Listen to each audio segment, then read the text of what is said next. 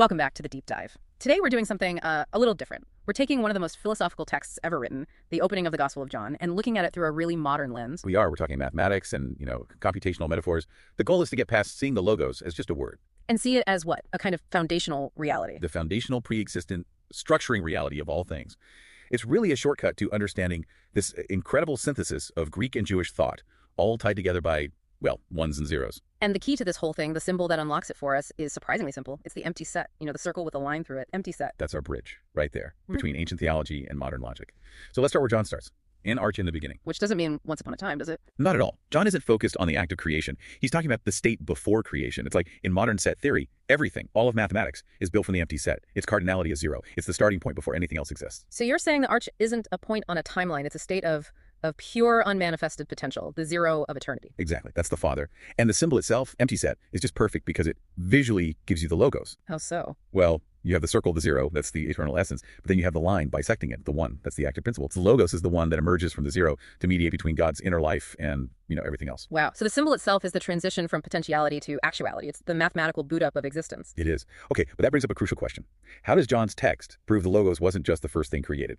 Step one in the process. Yeah, how do we know it wasn't just the first domino to fall? The Greek grammar. This is where John is just so precise. For the logos, he uses the verb un, which is an imperfect tense. It means was always being. It's a continuous, unending state. Okay, a constant state. And for everything else, for creation. He switches. He uses the aorist verb egeneto. That means it happened or it came into being at a specific point in time. It's a temporal event. The distinction is everything. The logos is creation becomes. Right. So the logos is the underlying isness of reality itself, which brings us to that other tricky phrase. And the word was with God. Pros tandion. Yes.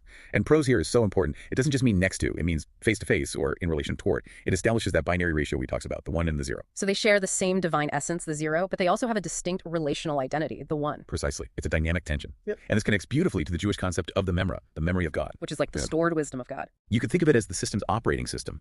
Or even better, its permanent read-only memory, the ROM.